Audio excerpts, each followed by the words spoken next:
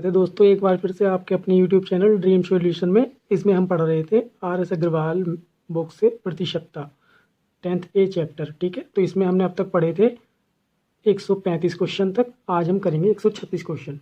ठीक है, तो शुरू करते हैं। आइए, क्वेश्चन नंबर 136। ये क्या कह रहा है? एक नगर की जनसंख्या कितनी है? 48,600, यानी 48,600 जो है उसकी जनसंख्या है। यदि पहले वर्ष में 25% वृद्धि होती है, तो इसमें हमने पहले वर्ष में कर दी 25% वृद्धि, यानी 125% का मतलब 100। ठीक है, और फिर क्या कह रहा है? दूसरे वर्ष में 8% की घटोतरी हो जाती है। 8% कम हो जाएगा तो कितना? 92/100। तो इन नगर की जनसंख्या 2 वर्ष के अंत में कितनी है? इन 2 वर्ष के अंत में नगर की जनसंख्या कितनी हो जाएगी? सोल्व कीजिए इसको। 2 जीरो से ये 2 जीरो कैंसिल हो जाएंगे और 25 पंजे 125 और 25 चौका 100 और 4 से 92 काट देंगे। 4 दूनी 8, 4 तिया 12। तो अगर हम इसको सोल्व करेंगे तो ये आ जाएगा 486 गुणा 23 पंजे 115 बराबर 55,890। ऑप्शन नंबर बी हमारा करेक्ट हो जाएगा। Next question friend, 137 question. आशा करता हूँ आप समझ पा रहे होंगे। क्वेश्चन नंबर 137 क्या कह रहा है? 3 वर्ष पूर्व एक कस्बे की जनसंख्या 16,000 थी। 3 वर्ष पूर्व कितनी थी? 16,000 थी। सॉरी, 1,60,000। 4 जीरो है फ्रेंड। ठीक है, तो यदि प्रति वर्ष क्रमशः पहले वर्ष बढ़ती है वो 3%। पहले वर्ष आप 3% बढ़ा दीजिए। 103/100% को 100 से हमने कर लिया डिवाइड, इसलिए परसेंटेज का कैंसिल हो गया। ये आप समझ पा रहे होंगे, मैंने पहली वीडियो में बताया था आपको। दूसरे वर्ष में बढ़ती है 2.5, यानी 102 कर लीजिए यहाँ पर। 102.5, जब 2.5 बढ़ रही है तो 102.5 हो जाएगी बटे 100 गुणा। तीसरे वर्ष में बढ़ती है 5%, 105/100। तो उसने ये पूछा कि वर्तमान जनसंख्या यानी 3 वर्ष के बाद जनसंख्या कितनी होगी। तो अगर हम इसकी कैलकुलेशन करें, ये 4 जीरो हैं, तो 4 जीरो से ये कोई से भी 4 जीरो आप काट सकते हैं। ये कट गए, इससे हम ये दशमलव हटाएंगे तो हमारा 1 जीरो यहाँ पर और आ जाएगा। ठीक है, तो ये नीचे कितने बच गए? 3 जीरो। तो ये अगर हम काटेंगे 5 से, 5 दूनी 10, 5 एकम 5 और 5 दूनी 10, ये आ जाएगा 20 बार। ठीक है फ्रेंड्स, और इसको अगर हम काटते हैं 5 से, 5 दूनी 10, 0, 5 पंजे 25 और 5 चौक 20। ठीक है फ्रेंड, इसको यहाँ पर 1 जीरो है तो यानी 10 बचा हुआ है हमारा यहाँ। तो 5 दूनी 10 और 5 चौक 20, 5 एकम 5। तो ये हमारा आ जाएगा, इसको काट दो। 4 चौक 16 और 2 दूनी 4। तो इसको जब हम सोल्व करेंगे तो 41 गुणा 21 दूनी 42 गुणा 103, यह आ जाएगा आपका 177,366। आपका ऑप्शन नंबर सी करेक्ट हो जाएगा। Next question, question number 138। ये क्या कह रहा है? एक मकान का मूल्य 50 लाख है, इसके मूल्य में 10% की कमी आ जाती है, तो कितने वर्ष में इसका मूल्य 3,64,500 हो जाएगा? तो जब हमारा मूल्य कितना है? 50 लाख, सॉरी 5 लाख। 5 लाख हमारा मूल्य था, इसमें 10% की हमारी कमी आ गई। ठीक है, हमें नहीं पता ये कितने समय में आएगी, तो हमने इसको मान लिया n। ठीक है फ्रेंड, n मान लो या x मान लेते हैं, कुछ भी मान लो, वो आपकी इच्छा है। तब हमारी कितना जनसंख्या हो रही है? सॉरी, इसका मूल्य कितना हो रहा है? 3,64,500। कितने समय में हो रहा है ये हमें नहीं पता। तो ये देखिए आप, इस जीरो से ये जीरो कैंसिल हो गया। 9/10⁻x बराबर 36,450/5 लाख, ये आ गया।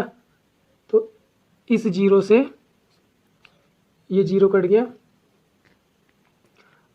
और ये यहाँ था कितना, ये था 2 जीरो थे फ्रेंड, 3,64,500 थे ना, तो ये 2 जीरो से ये 2 जीरो कैंसिल हो जाएंगे इसके। अब देखिए आप, ये काटते हैं हम 5 से, 5 ही कम 5, ये आ जाएगा 1,000, 5 सत्ते 35 और 5 दूनी 10, 5 नम 45, ये कितना आ जाएगा 729 अपॉन 1,000। हम इसको इस तरीके से भी लिख सकते हैं, तो ये हमारा कितना होता है, ये होता है हमारा 9 की पावर 3 और ये होता है 10 की पावर 3, इस तरीके से आ जाएगा ना, क्योंकि 9 की अगर 3 बार गुणा करेंगे तो 729 आएगा और 1,000 की 10 की 3 बार गुणा करेंगे तो 1,000 आएगा। ऐसे भी बोल सकते हैं कि हमने इन दोनों का घनमूल निकाल दिया। तो ये आ गया हमारा, तो ये कितना आ जाएगा, जब दोनों बेस समान हो गए हैं तो पावर x बराबर कितनी आ जाएगी, 3 वर्ष।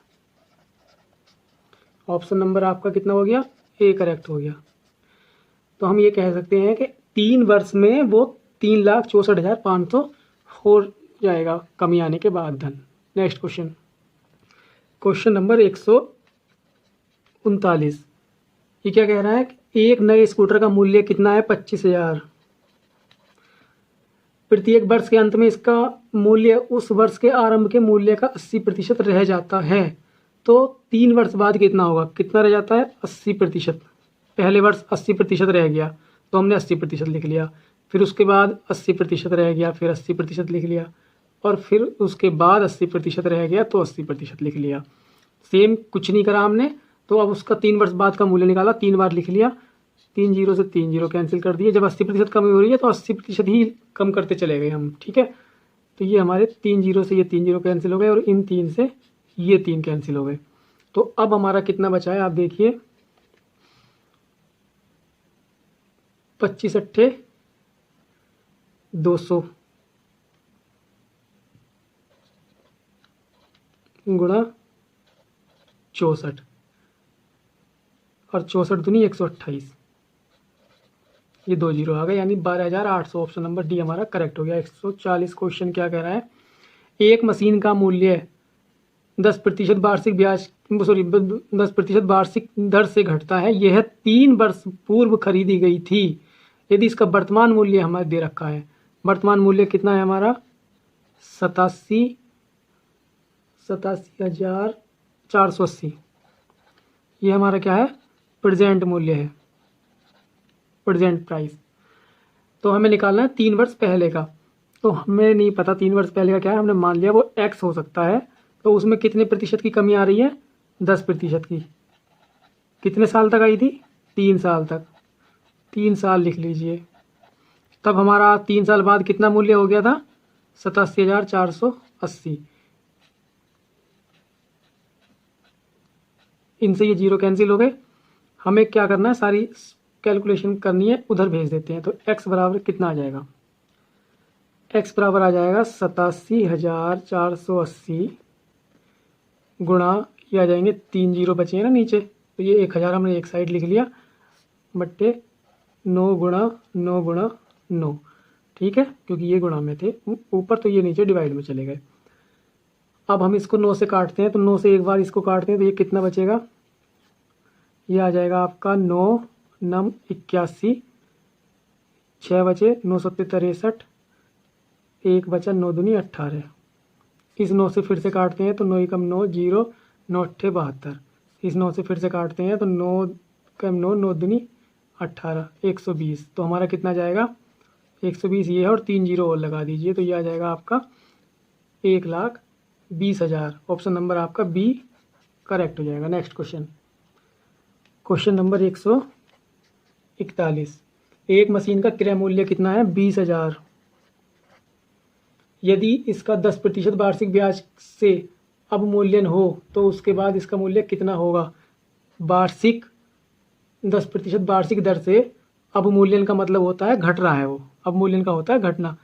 तो 90/100, 3 वर्ष तक हो रहा है ना, तो 90/100 गुणा 90/100। अब इसको सोल्व करेंगे, ये 4 जीरो से ये 4 जीरो कैंसिल और इन 2 जीरो से ये 2 जीरो कैंसिल, ठीक है फ्रेंड्स। तो अब लिख लीजिए कितना आ जाएगा, 9 नम 81 और 9 यानी 729 एक जीरो लगा लीजिए जो बचा हुआ है 700 यानी 7290 गुणा 2। इसकी हम अगर गुणा करेंगे तो ये आ जाएगा 1,45,800। ऑप्शन नंबर सी हमारा करेक्ट हो जाएगा। Question number 142। एक व्यक्ति ने 72,900 रुपये में एक भूखंड खरीद कर उस पर 1,33,100 रुपये की लागत से मकान बनाया। यदि भूखंड के मूल्य में 10% वार्षिक दर से वृद्धि हो तथा बिल्डिंग के मूल्य में 10% वार्षिक दर से कमी हो तो कितने समय बाद दोनों का मूल्य समान हो जाएगा। कुछ नहीं करना, जैसे क्वेश्चन कह रहा है उसके अकॉर्डिंग हमें चलेंगे, मतलब चलना पड़ेगा। देखिए आप क्वेश्चन के अकॉर्डिंग चलते हैं। कितना कह रहा है? 72,900 रुपये का उसने क्या किया था, भूखंड खरीद कर उसे क्या हुआ था 10% की वृद्धि होती है भूखंड के मूल्य पे। तो ये कितना हो गया 110/100। हमें करना है दोनों का मूल्य समान। तो ये कितना था? ये था हमारा 1,33,100। इस पे क्या था हमारा? कमी हो रही थी कितने प्रतिशत की? 10% की। अब ये हमारे दोनों बराबर होंगे। अब देखिए आप कब बराबर होंगे। हम क्या करते हैं, इस जीरो से ये जीरो कैंसिल, इस जीरो से ये जीरो कैंसिल। ठीक है फ्रेंड्स, इस पे एक जीरो और है, यानी ये 2 जीरो थे, यहाँ एक जीरो और है, एक जीरो रह जाएगा। इससे हमारा ये 2 जीरो कैंसिल हो जाएंगे। तो ये देखिए आप कितना बचेगा, ये 11 तो हम यहीं रख लेते हैं। ये 90 जो है ये लेकर आते हैं नीचे,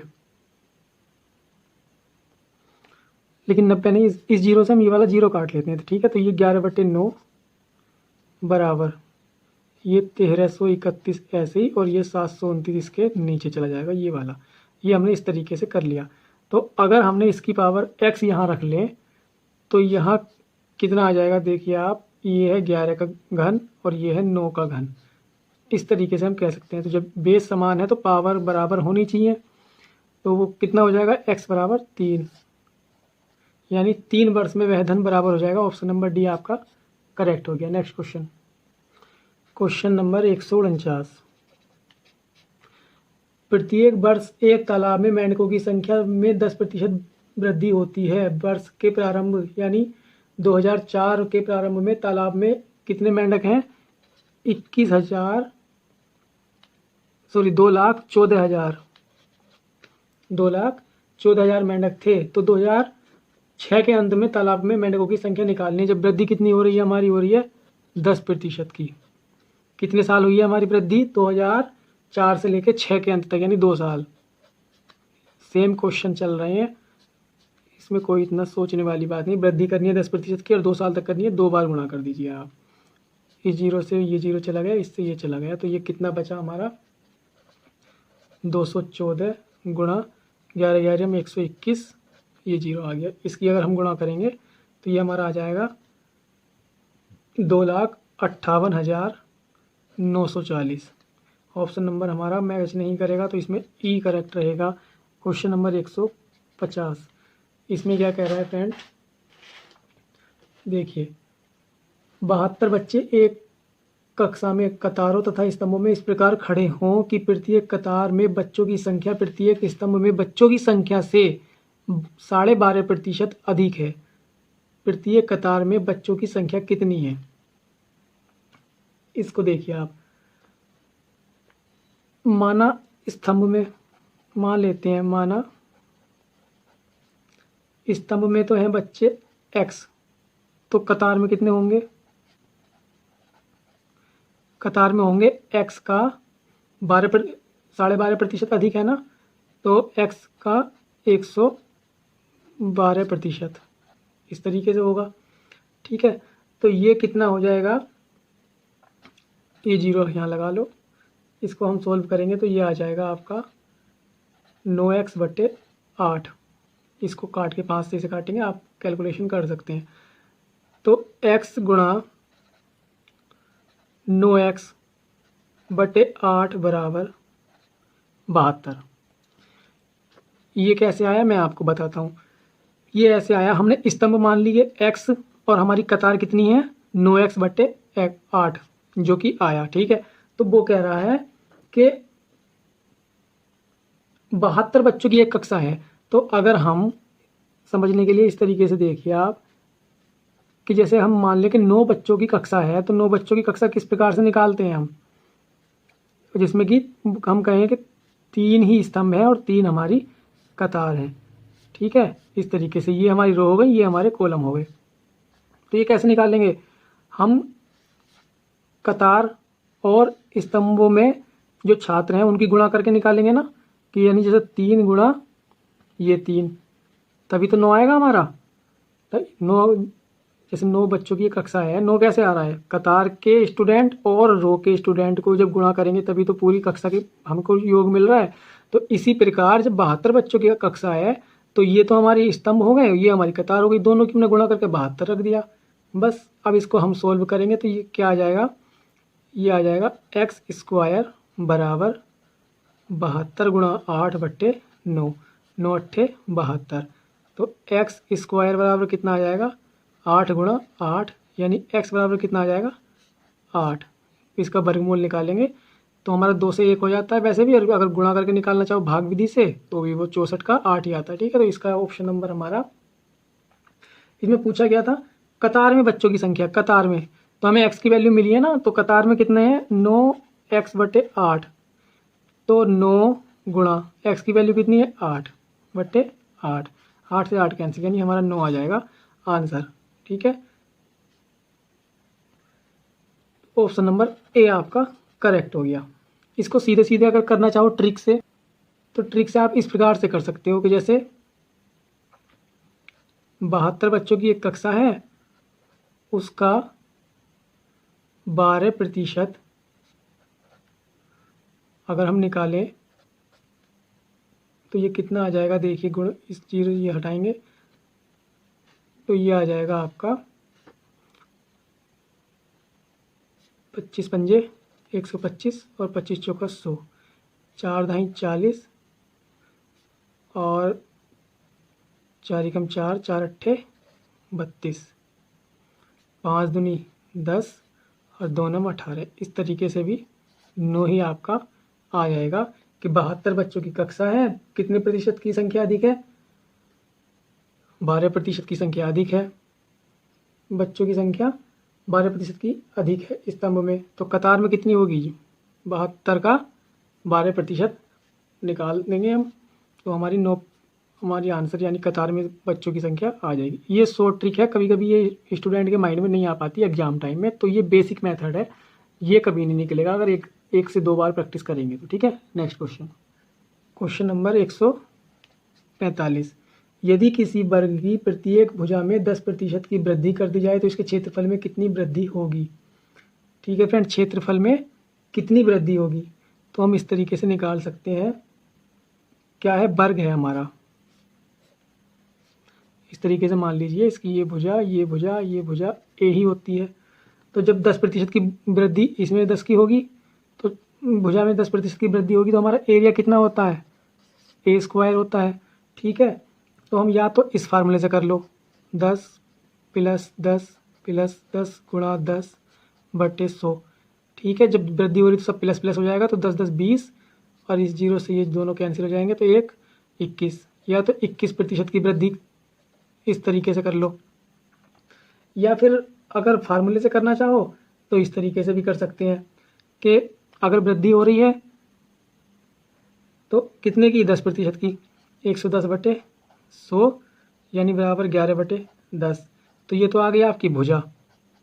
ठीक है, अब पूछा उसने क्षेत्रफल में, तो क्षेत्रफल में इसका दुगना कर दो स्क्वायर, तब कितना आ जाएगा 121/100।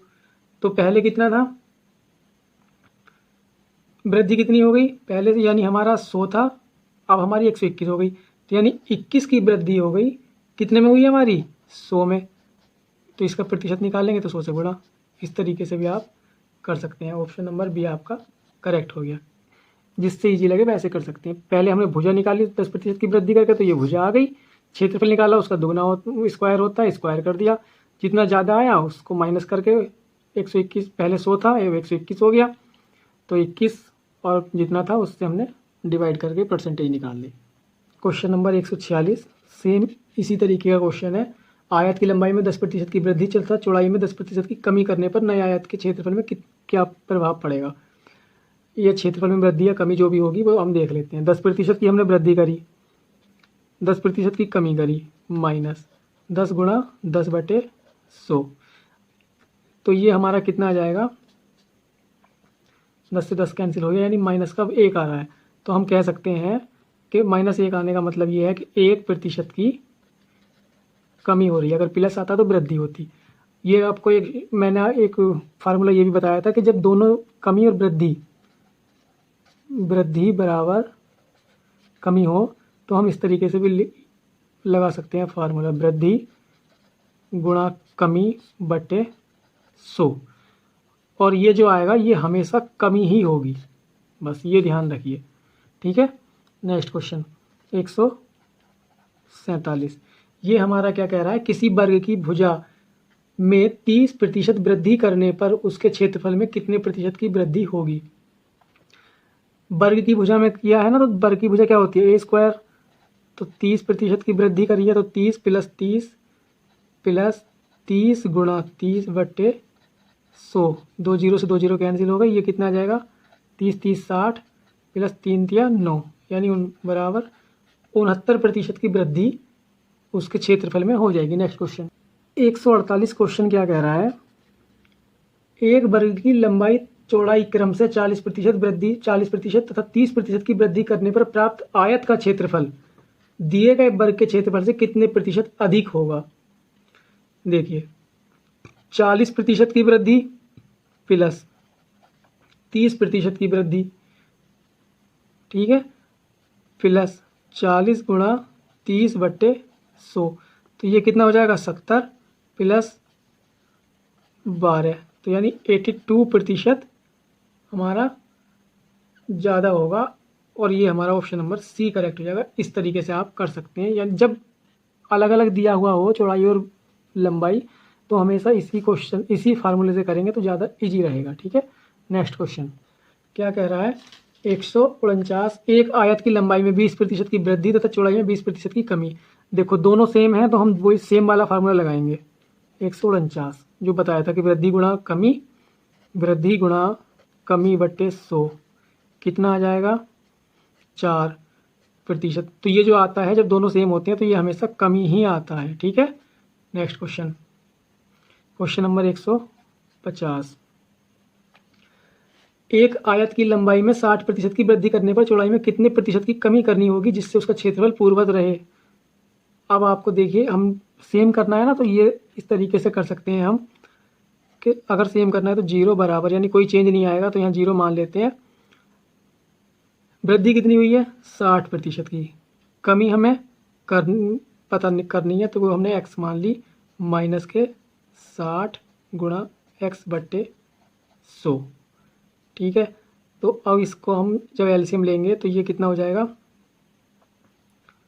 0 बराबर 6000 माइनस के 100x माइनस के 60x, ये आ जाएगा फ्रेंड्स, जो नीचे का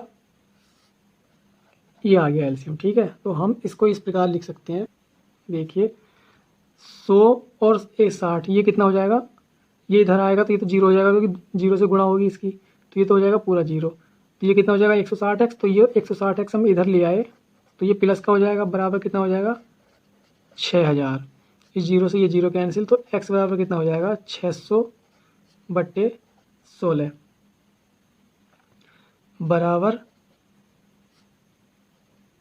300/8, इस यहाँ लिखिए थोड़ा समझ में आएगा, और बराबर 150/4 यानी 75/2। ठीक है, तो इसको हम लिख सकते हैं 37.5%। ऑप्शन नंबर हमारा ए करेक्ट हो गया फ्रेंड्स। तो आपके 150 क्वेश्चन आज कंप्लीट हो गए हैं। ठीक है, चलो ठीक है, और करते हैं थोड़े से क्वेश्चन, काफ़ी लंबा चैप्टर है। 151 क्वेश्चन नंबर 151, ये क्या कह रहा है, किसी वृत्त की त्रिज्या में 50% वृद्धि करने पर उसके क्षेत्रफल में कितनी प्रतिशत वृद्धि होगी। क्षेत्रफल हमारा वृत्त का कितना होता है, पाई आर स्क्वायर। पाई हमारा कांस्टेंट रहेगा, पाई को हम इसमें मेज़र नहीं करते, तो पाई हम ऐसे रखने पर हमारी रेडियस में वृद्धि कितनी होगी, क्योंकि आर स्क्वायर है तो 2 बार वृद्धि होगी, यानी कितनी 50 प्लस 50 प्लस 50 गुणा 50/100। दोनों जीरो से दोनों जीरो कैंसिल हो जाएंगे हमारे, तो कितना आ जाएगा 50 50 100 प्लस 25, यानी 125% की वृद्धि हमारी क्षेत्रफल में हो जाएगी। नेक्स्ट क्वेश्चन क्या कह रहा है, 152, किसी गोले की त्रिज्या में 50% की कमी होने पर पृष्ठ के क्षेत्रफल में कितनी प्रतिशत की कमी होगी। ये भी सेम क्वेश्चन है, 50% की कमी है। जब पृष्ठ में के क्षेत्रफल में पूछा है तो उसमें भी आर स्क्वायर ही होता है, ठीक है, बाकी हम सबको भूल जाएंगे। तो 50% की कमी यानी 50 माइनस 50 माइनस माइनस यहाँ प्लस हो जाएगा, ठीक है। तो ये 50/100, इन दोनों से ये कैंसिल, तो ये कितना हो जाएगा -100 प्लस के 25 बराबर कितनी 75%। जब माइनस में है तो ये क्या कहेंगे, कमी। ऑप्शन नंबर सी आपका करेक्ट हो जाएगा। नेक्स्ट क्वेश्चन 153 क्वेश्चन कह रहा है, क्रमशः 1 सेंटीमीटर 2 सेंटीमीटर 3 सेंटीमीटर अर्धव्यास वाली 3 गोलाकार ठोस गेंदों को पिघलाकर एक बड़ी गोलाकार गेंद बनाई गई है। इस प्रक्रिया में 25% सामग्री नष्ट हो गई, तो नई गेंद का अर्धव्यास कितना होगा। देखिए 1 सेंटीमीटर 2 सेंटीमीटर और 3 सेंटीमीटर वाली गेंद बनाई गई हैं, तो जब गोलाकार हैं तो उनका आयतन कितना हो जाएगा।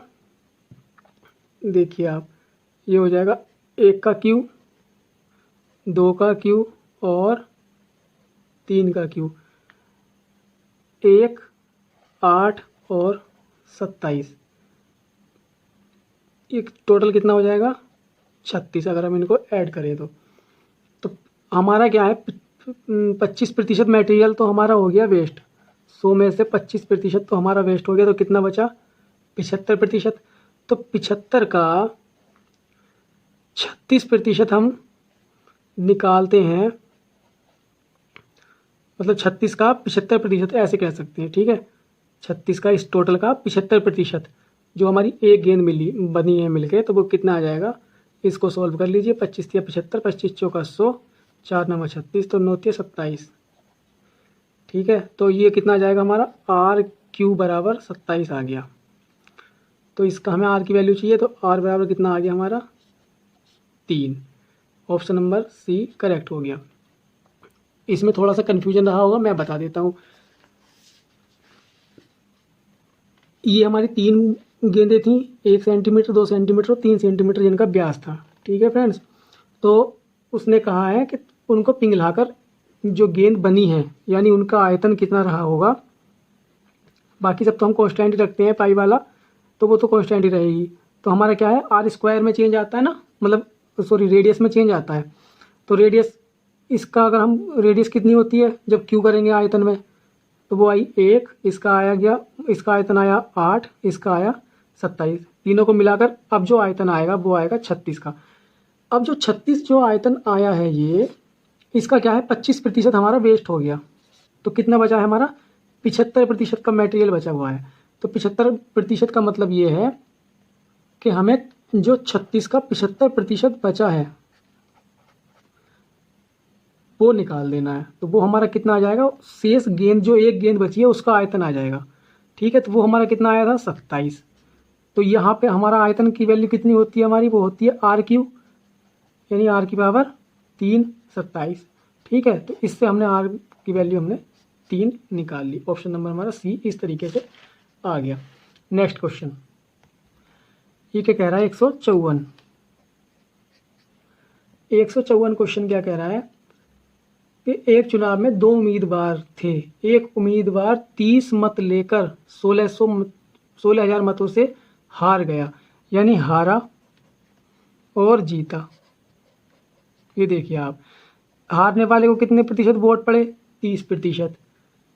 तो जीतने वाले को कितने पड़े होंगे? 70%, क्योंकि उम्मीदवार 2 ही थे। तो दोनों का अंतर कितना है, यानी कितने प्रतिशत वोट से जीता है वो?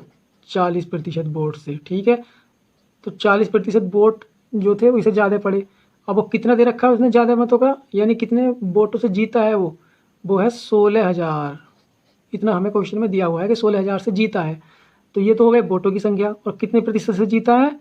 40% से। तो कुल कितने वोट पड़े? कुल तो 100% पड़े होंगे। तो 100% बराबर कितने आ जाएंगे?